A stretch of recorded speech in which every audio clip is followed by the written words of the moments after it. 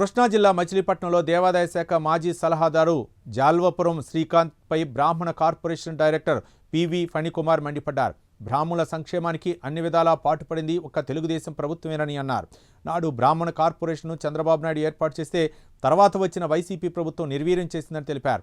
గత ప్రభుత్వంలో దేవాదాయ శాఖ సలహాదారుగా ఉన్న శ్రీకాంత్ బ్రాహ్మణులకు చేసింది ఏమీ లేదని ఫణికుమార్ ప్రశ్నించారు.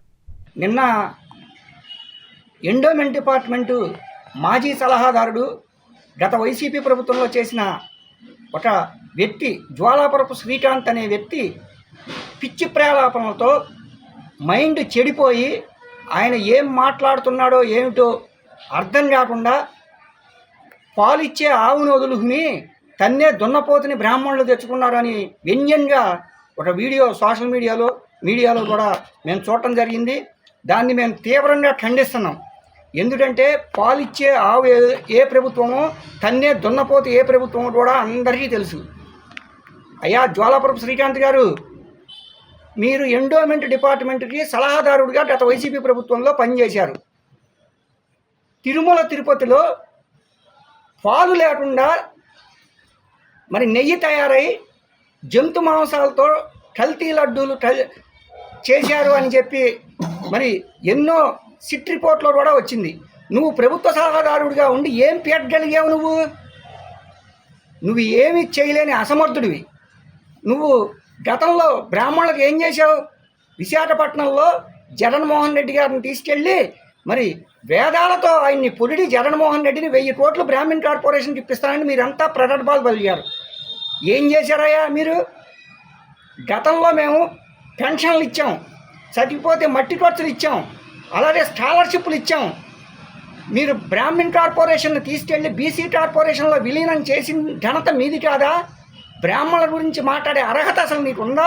శ్రీకాంత్, నేను నిన్ను సూటిగా ప్రశ్నిస్తున్నా. నీకు దమ్ము ధైర్యం ఉంటే రా, ఛాలెంజ్ ఎక్కడైనా మేము సిద్ధమే. మీరు మా చైర్మన్ బుచ్చి రాంప్రసాద్ గారిని మమ్మల్ని డైరెక్టర్లను ఏం చేశారని నువ్వు ప్రశ్నిస్తున్నావు. మేము పదవి బాధ్యతలు తీసుకుని ఎంతకాలం అయింది? మీరు 5 ఏళ్లలో 3000 రూపాయల పెన్షన్ ఇస్తానని పెన్షనే ఇవ్వలేని అసమర్థులు, దద్దమ్మలు మీరు. మేము ఒక్కసారే పెన్షన్లు 4000 రూపాయలు ఇచ్చాం. పెన్షన్లే ఇవ్వలేని చవట దద్దమ్మలు మీరు. మీరా బ్రాహ్మణుల గురించి మాట్లాడేది? జ్వాలాపురపు శ్రీకాంత్, అలాగే తిరుపతిలో 1000 కాళ్ళ మండపం వీటి గురించి మాట్లాడుతున్నావు. నువ్వు కల్తీ లడ్డు విషయం మీద రా చర్చికి. ఇవాళ మా చైర్మన్ బుచ్చి రాంప్రసాద్ గారు విశాఖపట్నంలో సత్రాల మీద కానీ, శ్రీశైలంలో సత్రాల మీద కానీ ఎక్కడ ఏ సమస్య వచ్చినా మరి ఆయన ఇమీడియట్గా అధికారులతోనూ ప్రభుత్వంతోనూ సమయోచ్య కుదుర్చుకుంటూ ఆ సమస్యను చక్కగా పరిష్కరిస్తుంటే నువ్వు కళ్ళుండి చూడలేక బుచ్చి రాంప్రసాద్ అని మాట్లాడుతున్నావు. నువ్వు బుచ్చి రాంప్రసాద్ గురించి మాట్లాడే అర్హత నీకు అసలు ఉందా? నువ్వు ఏం పెట్టగలిగా? ఎండోమెంట్ సలహాదారుడిగా నువ్వు జీతం తీసుకుంటాం తప్పితే గతంలో నువ్వు బ్రాహ్మణ్ కార్పొరేషన్ నుంచి గతంలో మేమే పథకాలు ఇచ్చాం, మీ వైసీపీ 5 ఏళ్లలో ఏ పథకాలు ఇచ్చారో చర్చలు సిద్ధమే. పదా, నువ్వు ఏ సెంటర్లో అయినా రా, అమరావతి రాజధానిలో పెడదాం, చర్చి ఎక్కడైనా పెడదాం, సిద్ధమే చర్చికి.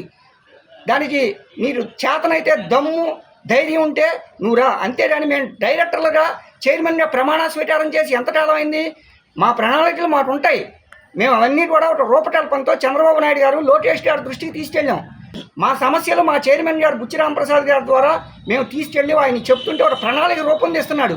మేము ప్రమాణ స్వీకారం చేసి అంతా కలిపి 6 నెలలు కూడా అవ్వాలా. ఇంకా నువ్వు మా మీద అవార్డులు చవాట్లు పేల్తావేంటి? ఇవాళ మేము చక్కగా కోఆపరేటివ్ ట్రేడ్ సొసైటీ అంటున్నావు.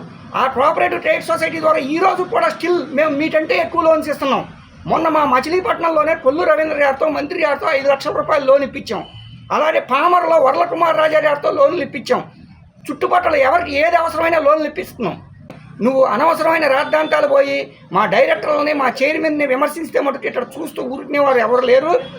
నువ్వు వ్యంగ్యంగా మాట్లాడినా కూడా నీకు బ్రాహ్మణులు అందరూ కూడా గమనిస్తున్నారు. నువ్వు కూడా ఎండోమెంట్ సలహాదారుడిగా డిపార్ట్మెంట్లో చేసావు. ఆ గౌరవాన్ని కాపాడుకో. మాటకు మాట మేము మాట్లాడగలం. మా నాయకులు మాకు హుందాతనం నేర్పారు. మేము ఆ హుందాగానే ప్రవర్తిస్తాం.